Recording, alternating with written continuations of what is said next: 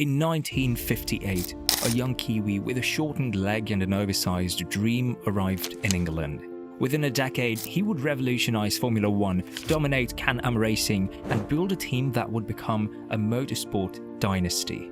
This is the story of Bruce McLaren, the driver who became an engineer, the racer who became an innovator, and the man who lived and died for the company that bears his name. Stay with us until the end of this video because the final chapter of Bruce's story will leave you in awe of his lasting impact on the world of motorsport. On August 30th, 1937, in Auckland, New Zealand, a future racing legend was born. Bruce Leslie McLaren entered the world with no indication of the impact he would have on motorsports. But the seeds of his passion were planted early, nurtured by his parents, Les and Ruth McLaren. Les McLaren owned a service station and workshop from Wera Road, Auckland. Les had been a motorcycle racing enthusiast before Bruce's birth, but later switched to cars at the club level. This environment proved to be the perfect breeding ground for Bruce's budding interest in all things automotive. However, Bruce's journey to becoming a racing icon was challenging. At the age of 9, he was diagnosed with Perthes disease, a hip condition that left his left leg shorter than his right. Despite spending 2 years in traction and walking with a limp for the rest of his life, Bruce never let his condition hold him back. Bruce's formal education took place at Meadowbank Primary School and later at Seddon Memorial Technical College. However, his real education happened in his father's workshop. Bruce spent every free moment there, absorbing knowledge about engines, chassis, and the intricacies of car mechanics. The pivotal moment in Bruce's young life came when he was 14 years old. His father had acquired a 1929 Austin 7 Oldster, intending to restore and sell it. But Bruce convinced his father they could turn it into a race car. Working alongside his father, Bruce was involved in every aspect of Oldster's restoration and modification. In 1952, with the tender age of 15, Bruce entered his first competition with a restored Oldster. It was a hill climb event at Muriwai Beach, and Bruce set the fastest time in a 750cc class. 2 years later, Bruce entered his first official race. The results were promising, showing that the young New Zealander had natural talent behind the wheel.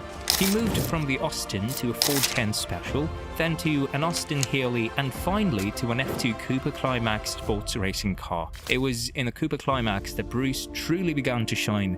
He quickly mastered the car, modifying and improving it to suit his driving style. His efforts paid off when he finished as runner-up in the 1957-58 New Zealand Championship Series. The New Zealand International Grand Prix organization selected him for their Driver to Europe scheme. Bruce was the first recipient of this honor, paving the way for other New Zealand drivers like Denny Hume to follow in his footsteps. His performance also caught the eye of the Australian racing legend Jack Brabham. In 1958, 20-year-old Bruce McLaren set foot in England, ready to take on the world of European motorsport. Accompanied by his friend Colin Bienland, who served as his mechanic, Jack Brabham, John Cooper and Charles Cooper took the young Kiwi under their wing, providing him with an opportunity that would change the course of his life. Upon arrival at the Cooper Works, Bruce and Colin were immediately put to work. Rather than being handed a ready-made race car, they were given the task of building their own Formula 2 Cooper. He was thrown into the highly competitive world of Formula 2 racing, facing off against seasoned drivers on unfamiliar tracks. The defining moment of Bruce's rookie season came at the 1958 German Grand Prix at the Nürburgring. This event, which combined both Formula 1 and Formula 2 cars, was held on one of the most challenging circuits in the world, the infamous 14-mile, 170-corner Nordschleife. Against all odds, Bruce won the Formula 2 class and finished 5th overall, beating many of the Formula 1 cars. Jack Brabham, recalling the event, said, "I don't know, a couple of Arabs came over with 3 spanners and a spare wheel just to fill up the entry list, and then they won the bloody race." At the United States Grand Prix, he became the youngest driver to win a Formula 1 race, a record that would stand for more than 4 decades. The following year, Bruce continued his impressive form, winning the season-opening Argentina Grand Prix. By the end of the 1960 season, he had finished second in the World Championship, only behind his teammate Jack Brabham. In just 2 years, Bruce McLaren had established himself as one of the top drivers in Formula 1. As the years progressed, Bruce's ambitions grew. In 1963, at the age of 26, Bruce made a decision and founded Bruce McLaren Motor Racing Limited. Bruce saw an opportunity in the Can-Am series, which had fewer restrictions on car design compared to Formula One. The first true McLaren sports car, the M1A, debuted in 1964. It quickly proved its worth, becoming a top contender in sports car racing on both sides of the Atlantic. The success of the M1A led to customer orders, and soon McLaren was not just a racing team, but also a constructor. In 1966, Bruce took the bold step of entering Formula One as a constructor. The first McLaren Formula One car, the M2B, debuted at the Monaco Grand Prix. Bruce scored the team's first championship point with a 6th place finish at the British Grand Prix. In 1967, the distinctive papaya orange McLaren cars burst onto the scene, with Bruce and fellow Kiwi Denny Hume behind the wheel. The McLaren team's real breakthrough in Formula One came in 1968. Bruce achieved the team's first Grand Prix victory, fittingly driving a McLaren car at the Belgian Grand Prix. It was a moment of immense pride for Bruce. He had become only the second driver in Formula One history to win a Grand Prix in a car of his own construction. Between 1967 and 1971, McLaren cars won 5 consecutive Can-Am championships. The team's success was so overwhelming that the series became known as the Bruce and Denny Show. In a remarkable display of superiority, McLaren won 37 out of 43 Can-Am races during this period, including a stunning 19 consecutive victories. In 1966, Bruce McLaren took on one of motorsport's greatest challenges, the 24 Hours of Le Mans. Partnering with fellow Kiwi Chris Amon, Bruce piloted a Ford GT40 to victory in one of the most famous races in Le Mans history.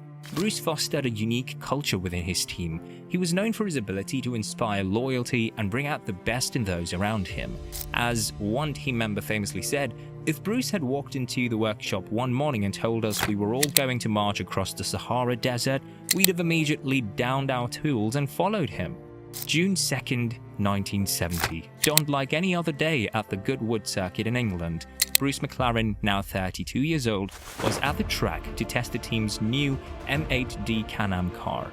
As Bruce pushed the car to its limits around the fast, sweeping curves of Goodwood, tragedy struck. Coming onto the Le Mans straight just before Woodcote Corner, the rear bodywork of the M8D suddenly detached at high speed. The loss of downforce caused the car to become unstable, and it spun off the track, impacting a bunker used as a flag station. Bruce McLaren was killed instantly. The motorsport world was shocked. Here was a man in his prime, not just a successful driver, but the leader of one of the most innovative teams in racing, gone in an instant. In the immediate aftermath of the accident, many wondered if this would be the end of McLaren.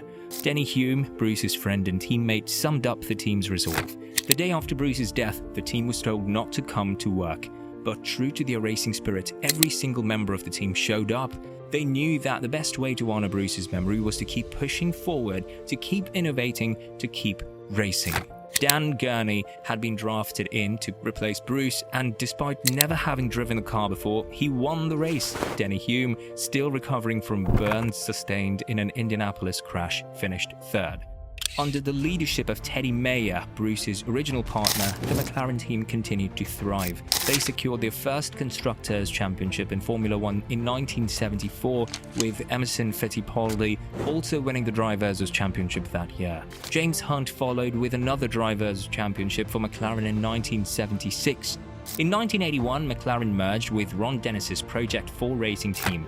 The team went on to win 7 Constructors' Championships between 1984 and 1991, with legendary drivers like Niki Lauda, Alan Prost, and Ayrton Senna securing multiple Drivers' Championships. The McLaren MP4, driven by Prost and Senna in 1988, is still considered one of the most dominant cars in Formula One history, winning 15 out of 16 races that season.